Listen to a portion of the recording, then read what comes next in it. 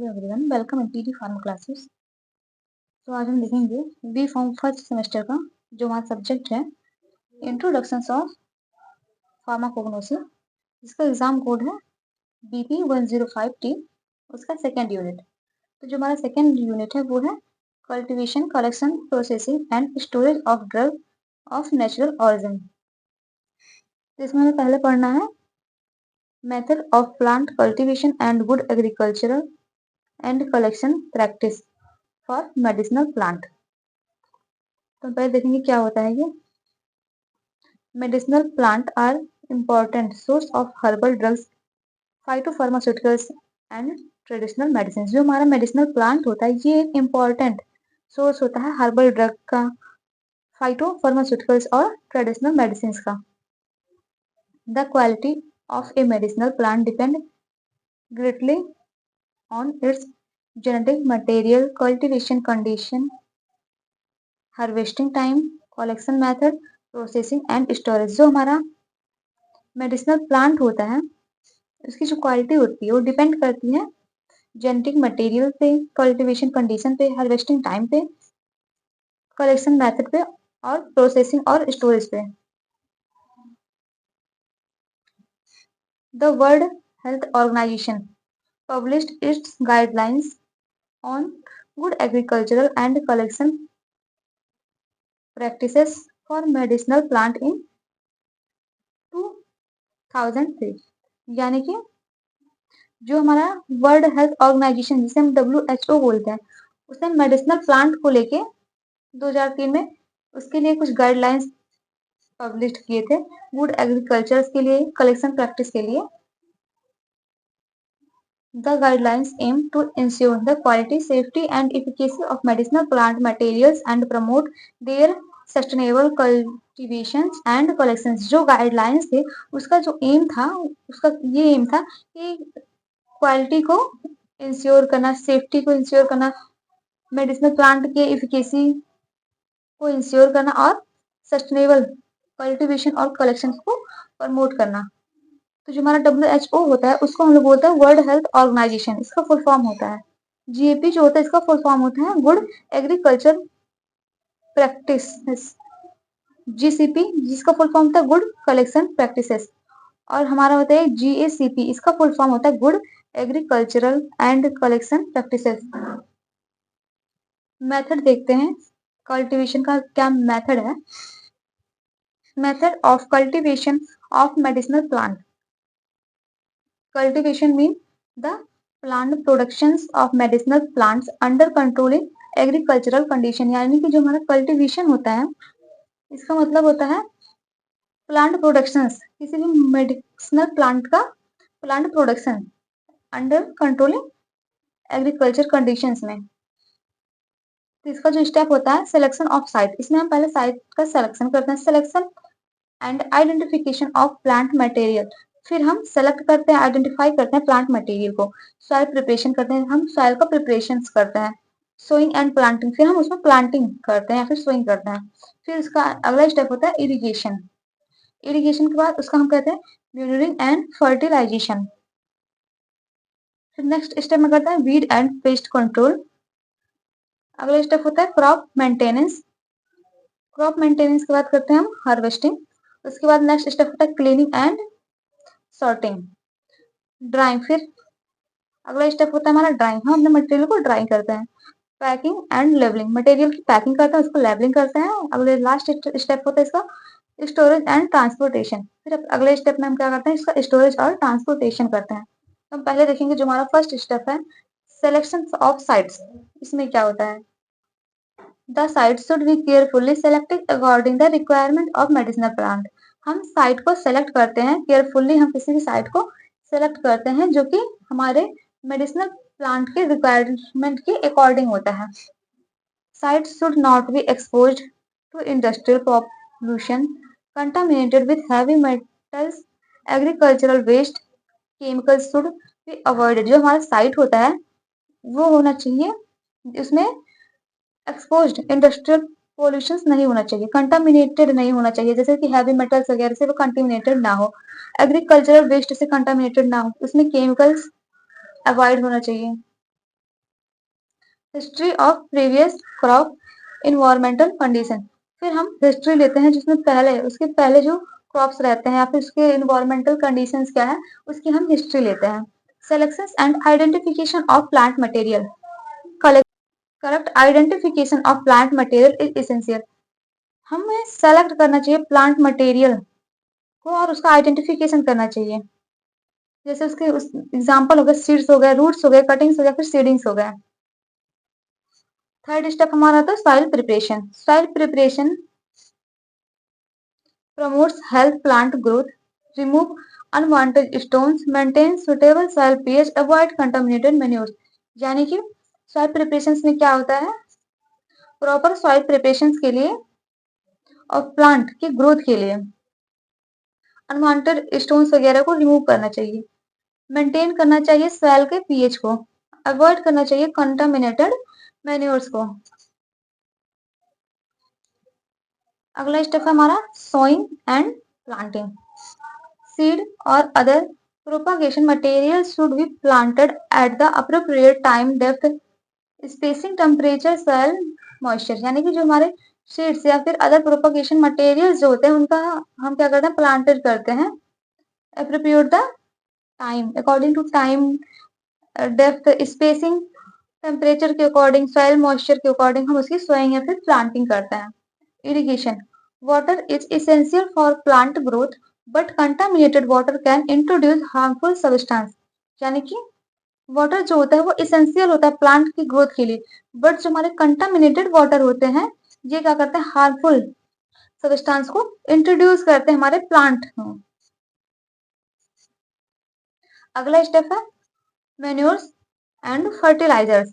Fertiliser provides essential nutrients for plant growth. जो हमारे fertilisers होते हैं वो एसेंशियल न्यूट्रिएंट्स प्रोवाइड करते हैं हमारे प्लांट के ग्रोथ के लिए। Weed pest and disease control. Medicinal plant में be affected by weeds, insect, fungi, bacteria and other pest. जो हमारे मेडिसिनल प्लांट होते हैं वो अफेक्टेड होते हैं वीड से, इंसेक्ट से, फंगी से, बैक्टीरिया या फिर अदर पेस्ट से। Weed should be removed by manure weeding, mechanical method, suitable cultural practices। जो हमारे weeds होते हैं उसको हम रिमूव कर सकते हैं मैनुअल वीडिंग के द्वारा, मैकेनिकल मेथड के द्वारा या फिर सुटेबल कल्चरल प्रैक्टिस के द्वारा। अगला स्टेप होता है हमारा harvesting. Harvesting is one of the most important stage because the concentration of active constituents may vary with age of plant, sessions, time of day and plant parts. जो harvesting होता है ये मोस्ट इम्पॉर्टेंट स्टेज होता है because जो इसकी concentration होते हैं हमारे एक्टिव कॉन्स्टिट्यूएंट के वो चेंज हो सकते हैं प्लांट के एज के साथ, उसके सेशंस के साथ या फिर टाइम ऑफ डेज और प्लांट के पार्ट के साथ चेंज हो जाते हैं। अगला स्टेप है हमारा कटिंग। रूट्स रूट्स रिजोम्स, बार्क और other part cut into suitable pieces. फिर हम रूट्स को, उसके बार्क को और जो अदर पार्ट होते हैं प्लांट के उनको सुटेबल पीसेस में कट करते हैं। Drawing drawing reduce moisture and help prevent microbial growth, fermentation, mould formation. जो ड्राइंग होता है ये एक ऐसा प्रोसेस होता है जो कि मॉइस्चर जो प्रेजेंट होते हैं प्लांट्स में उसको ये रिड्यूस कर देता है, हेल्प करता है माइक्रोबियल ग्रोथ को प्रिवेंट करने में, फर्मेंटेशन को प्रिवेंट करने में और मोल्ड फॉर्मेशन को प्रिवेंट करने में ये हेल्प करता है। Packaging and labelling. After drawing medicinal plant materials should be packed in a clean and suitable containers। यानी कि जो हमारे मटेरियल्स होते हैं प्लांट के वो ड्राई होने के बाद सुटेबल कंटेनर्स में और क्लीन कंटेनर्स में ये पैक किए जाते हैं। Packing should be protect the material from moisture, dust, rodent etc। यानी कि जो पैकिंग होता है वो प्रोटेक्ट करता है हमारे प्लांट मटेरियल्स को मॉइस्चर से, डस्ट से, ये प्रोटेक्ट करता है। Label should provided information such as name of plant, plant part, batch number, source, date of collection, quantity etc। जो लेबल होते हैं वो हमें इंफॉर्मेशन प्रोवाइड करते हैं, जैसे कि नेम हो गया प्लांट का पार्ट हो गया, बैच नंबर हो गया, सोर्स हो गया, डेट ऑफ कलेक्शन हो गया, फिर क्वांटिटी हो गई। ये सब हमें लेबल के थ्रू प्रोवाइड होते हैं। अगला स्टेप होता है storage. Medicinal plant material should be stored under suitable condition such as clean, dry etcetera. जो हमारे मेडिसिनल प्लांट मटेरियल्स होते हैं उसको हम स्टोर करते हैं अंडर द सुटेबल कंडीशन, जैसे कि क्लीन एरिया हो गया, फिर ड्राई हो गया, उसमें हम उसको स्टोर करते हैं। Transportation. During transportation use clean and suitable vehicles, protect the material from rain and moisture, avoid excessive comparison and mechanical damage etc। जो हमारा ट्रांसपोर्टेशन होता है उसके दौरान क्या होता है, ये यूज किया जाता है क्लीन और सुटेबल व्हीकल्स को, जो प्रोटेक्ट करते हैं हमारे मटेरियल्स को रेन या फिर मॉइस्चर को। ये इसमें अवॉइड किया जाता है एक्सेसिव कंपेरिजन और मैकेनिकल डैमेज को। ऑब्जेक्टिव देखते हैं गुड एग्रीकल्चर और कलेक्शन प्रैक्टिसेस का।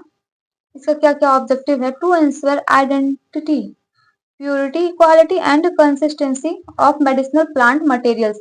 जो हमारा मेडिसिनल प्लांट मटेरियल होता है उसकी आइडेंटिटी को, प्योरिटी को, क्वालिटी और कंसिस्टेंसी को ये इंश्योर करता है। To minimise contamination by soil microbes, pesticides, heavy metals and foreign matters. ये मिनिमाइज करता है जो हमारे कंटामिनेटेड सॉइल्स होते हैं, माइक्रोब्स होते हैं, पेस्टिसाइड्स हो गया, हैवी मेटल्स हो गया और फॉरेन मैटर्स होते हैं, ये सब मिनिमाइज करता है। To maintain desired active constituent of plant. ये मेंटेन करता है प्लांट के एक्टिव कॉन्स्टिट्यूएंट को। To ensure proper cultivation, harvesting, collections and post harvesting handling. ये इंश्योर करता है हमारे प्लांट की कल्टीवेशन को, हार्वेस्टिंग को, कलेक्शंस को और पोस्ट हार्वेस्टिंग हैंडलिंग प्रोसेस को। To promote sustainable cultivation and collections and conservation of medicinal plant. ये प्रमोट करता है सस्टेनेबल कल्टीवेशन को, कलेक्शंस को और कंजर्वेशन ऑफ मेडिसिनल प्लांट को। अगला टॉपिक है हमारा factor influencing cultivation, collections and storage of medicinal plant. हम पहले देखेंगे factor influencing cultivation of medicinal plant. हमारे मेडिसिनल प्लांट्स जो होते हैं उसके कल्टीवेशन में कौन कौन से फैक्टर हैं जो इन्फ्लुएंस करते हैं? The quality, safety and therapeutic value of medicinal plant are influence by various factor during cultivation. जो हमारे प्रोडक्ट मेडिसिनल प्लांट होते हैं उसकी जो क्वालिटी होती है, सेफ्टी होती है, थेराप्यूटिक वैल्यू होती है हमारे मेडिसिनल प्लांट के, उसके इन्फ्लुएंस जो होते हैं उसके वेरियस फैक्टर्स हैं। तो उसमें पहला हमारा है क्लाइमेट फैक्टर। क्लाइमेट फैक्टर के अंदर हमारा पहला है temperature, affect growth and product of active constituents. जो टेम्परेचर होता है ये अफेक्ट करता है हमारे मेडिसिनल प्लांट के ग्रोथ को, प्रोडक्शंस ऑफ एक्टिव कॉन्स्टिट्यूएंट। हमारे जो एक्टिव कॉन्स्टिट्यूएंट होते हैं उसके प्रोडक्शंस को हमारा टेम्परेचर जो होता है वो अफेक्ट करता है। Rainfall, adequate rainfall promotes growth, excess water में कॉज रूट डिजीज। जो हमारा एडिक्वेट रेनफॉल होता है ये प्रमोट करता है ग्रोथ को, और ये जो एक्सेस वाटर होता है ये कॉज करता है रूट डिजीज को। थर्ड है light influence photosynthesis and formation of secondary metabolites. जो फोटोसिंथेसिस होता है और जो फॉर्मेशन होता है सेकेंड मेटाबोलाइट्स को, जो लाइट होता है ये इन्फ्लुएंस करता है। चौथा है humidity after transpiration and microbial growth. जो ह्यूमिडिटी होता है ये इफेक्ट करता है ट्रांसपायरेशन और माइक्रोबियल ग्रोथ को। Wind, excess wind can damage plant and increase water loss. Excess wind होती है ये डैमेज कर सकता है हमारे प्लांट को और इंक्रीज कर सकता है वाटर लॉस को। दूसरा जो फैक्टर वो है soil factor, soil type and texture. जो हमारा सॉइल का टाइप होता है उसका जो टेक्सचर होता है वो इफेक्ट करता है प्लांट के कल्टीवेशन को। सॉइल पीएच, सॉइल का पीएच जो होता है वो भी इफेक्ट करता है प्लांट के कल्टीवेशन को। सुटेबल पीएच जो होता है वो प्लांट को प्रॉपर ग्रो करवाता है और उसके जो एक्टिव कॉन्स्टिट्यूएंट होते हैं वो भी प्रॉपरली हमें गेन होते हैं। Soil fertility and nutrients, soil fertility और न्यूट्रिएंट्स भी अफेक्ट करते हैं हमारे कल्टीवेशन प्रोसेस को। ऑर्गेनिक मैटर, ऑर्गेनिक मैटर जो होते हैं वो भी हमारे मेडिसिनल प्लांट के कल्टीवेशन को इन्फ्लुएंस करते हैं। ड्रेन एंड मॉइस्चर, मॉइस्चर और ड्रेन ये भी इंपॉर्टेंट होते हैं हमारे मेडिसिनल प्लांट के लिए, और ये भी इफेक्ट करते हैं कल्टीवेशंस को। तीसरा है genetic factor, species and variety. जो हमारे प्लांट मटेरियल्स होते हैं उनकी जो स्पीसीज होते हैं, इसकी जो वैरायटी होती है, वो इफेक्ट करती है हमारे मेडिसिनल प्लांट के कल्टीवेशंस को इन्फ्लुएंस करने में। जेनेटिक कॉन्स्टिट्यूएंट, जेनेटिक कॉन्स्टिट्यूशंस, जो जेनेटिक कॉन्स्टिट्यूशन होता है, ये भी एक फैक्टर होता है जो इन्फ्लुएंस करता है हमारे प्लांट मटेरियल्स को। कीमोटाइप्स, क्वालिटी ऑफ सीड्स और प्लांट मटेरियल। जो हमारे सीड्स की क्वालिटी होती है, हमारे प्लांट मटेरियल्स की जो क्वालिटी होती है, वो हमारे कल्टीवेशन को भी इन्फ्लुएंस करता है। चौथा है agricultural practices, selection of seed. Seed का सिलेक्शन, सुटेबल सीड का सिलेक्शन और गुड सीड्स के जो सिलेक्शन होते हैं, वो इन्फ्लुएंस करते हैं हमारे कल्टीवेशन के प्रोसेस को। Sowing time and method, suitable sowing time जो होता है या फिर सुटेबल मेथड जो होता है, वो इन्फ्लुएंस करता है हमारे कल्टीवेशन को। Irrigation, manuring and fertilisation, pest and disease control, यानी कि गुड फर्टिलाइजेशन प्रोसेस इन्फ्लुएंस करता है कल्टीवेशन को। पेस्ट या फिर डिजीज कंट्रोल के थ्रू भी हम कल्टीवेशन जो होता है हमारे प्लांट मेडिसिनल प्लांट का, उसको हम इन्फ्लुएंस कर सकते हैं। अगला हमारा है फैक्टर इन्फ्लुएंसिंग कलेक्शंस। कलेक्शंस के कौन कौन से फैक्टर हैं जो इन्फ्लुएंस करते हैं? Correct identification, the part of plant और plant should be correct identify botanically to avoid collections of a wrong or poisonous species। यानी कि जो कलेक्शंस होता है आइडेंटिफिकेशन में, जो हमारे प्लांट या फिर प्लांट्स मटेरियल्स होते हैं, वो करेक्ट है, आइडेंटिफाइड होते हैं बोटेनिकल से, और ये अवॉइडेड होते हैं रॉन्ग कलेक्शंस या फिर पॉइजनस स्पीसीज का। दूसरा हमारा टाइम ऑफ कलेक्शंस, जो कलेक्शंस के टाइम होते हैं वो इन्फ्लुएंस करते हैं हमारे कलेक्शंस प्रोसेस को। The concentration of active constituent varies with the seasons, age and growth stage of the plant। जो कलेक्शंस होते हैं और जो टाइम्स होते हैं हमारे कलेक्शंस का, तो जो कंसंट्रेशन होते हैं हमारे एक्टिव कॉन्स्टिट्यूएंट का, ये सीजन, एज और ग्रोथ जो होता है हमारे प्लांट का, उसके अकॉर्डिंग ये चेंज होने लगता है, ये इन्फ्लुएंस करते हैं कलेक्शंस को। तीसरा है part, plant part collected, different parts such as root, stem, bark, leaf, flowers, fruits and seeds contain different active constituent। जो different part होते हैं हमारे plant के, जैसे roots हो गए, stems हो गए, bark हो गए, leaf हो गए, flowers हो गए, fruit या फिर seeds हो गए, ये contain करते हैं different active constituent को। किसी किसी का concentration high होता है, किसी किसी का concentration low होता है। टाइम ऑफ डे, जो डेज के टाइम्स होते हैं वो भी इन्फ्लुएंस करते हैं कलेक्शंस को। The concentration of certain constituent में vary during the day, therefore the appropriate time should be selected. यानी कि जो कंसंट्रेशन होता है सर्टेन कॉन्स्टिट्यूएंट का, वो अधिक होते हैं डे बाय डे, और ये सिलेक्टेड टाइम्स में ही एप्रोप्रिएट होता है। अगला है वेदर कंडीशंस। जो हमारे वेदर कंडीशंस होते हैं ये भी इन्फ्लुएंस करते हैं हमारे कलेक्शंस को। Collections should be preferably be carried out under suitable dry conditions, wet materials and is more sustainable to microbial growth। यानी कि जो हमारे वेदर कंडीशंस होते हैं ये भी इन्फ्लुएंस करते हैं कलेक्शंस में, जिसमें हमारे हो गए सुटेबल ड्राई कंडीशंस हो गए, carried out under suitable dry condition हो गया, वेट मटेरियल्स हो गए, ये सब हमारे माइक्रोबियल ग्रोथ को इफेक्ट करते हैं। अगला है मेथड ऑफ कलेक्शंस। मेथड का कलेक्शंस जो होता है, यूज क्लीन टूल्स, इसमें हमें क्लीन टूल्स का यूज करना चाहिए। Avoid damaging the plant unnecessary, avoid करना चाहिए डैमेजिंग प्लांट को। Remove disease damaged and contaminated part, contaminated part को या फिर रिमूव करना चाहिए डिजीज या फिर डैमेज्ड पार्ट को। अवॉइड मिक्सिंग डिफरेंट स्पीसीज और बैचेस, हमें अवॉइड करना चाहिए जो डिफरेंट के स्पीसीज होते हैं या फिर बैचेस होते हैं उसको।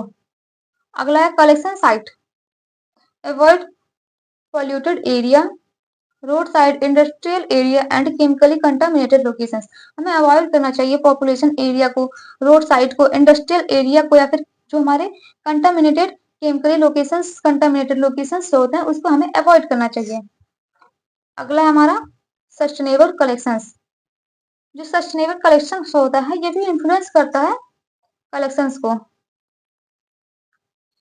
Wild material plants should be collected in a way that does not threaten and survival for the species।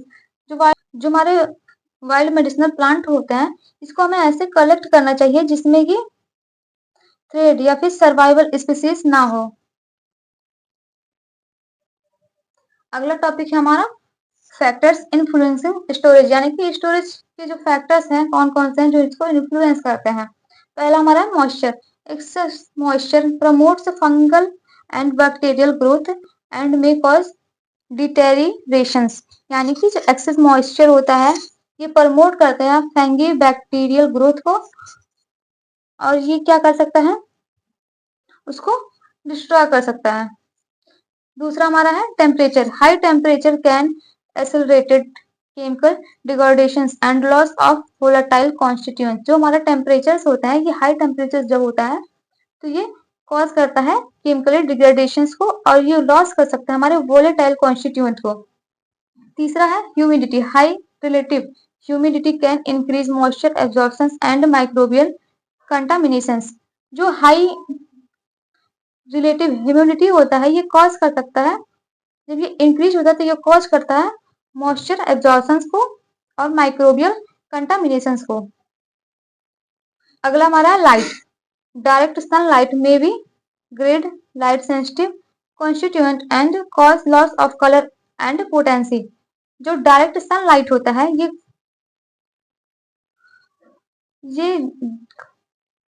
Damage कर सकता है सेंसिटिव लाइट सेंसिटिव जो कॉन्स्टिट्यूएंट है उसको, और ये कॉज कर सकता है कलर और पोटेंसी का लॉस।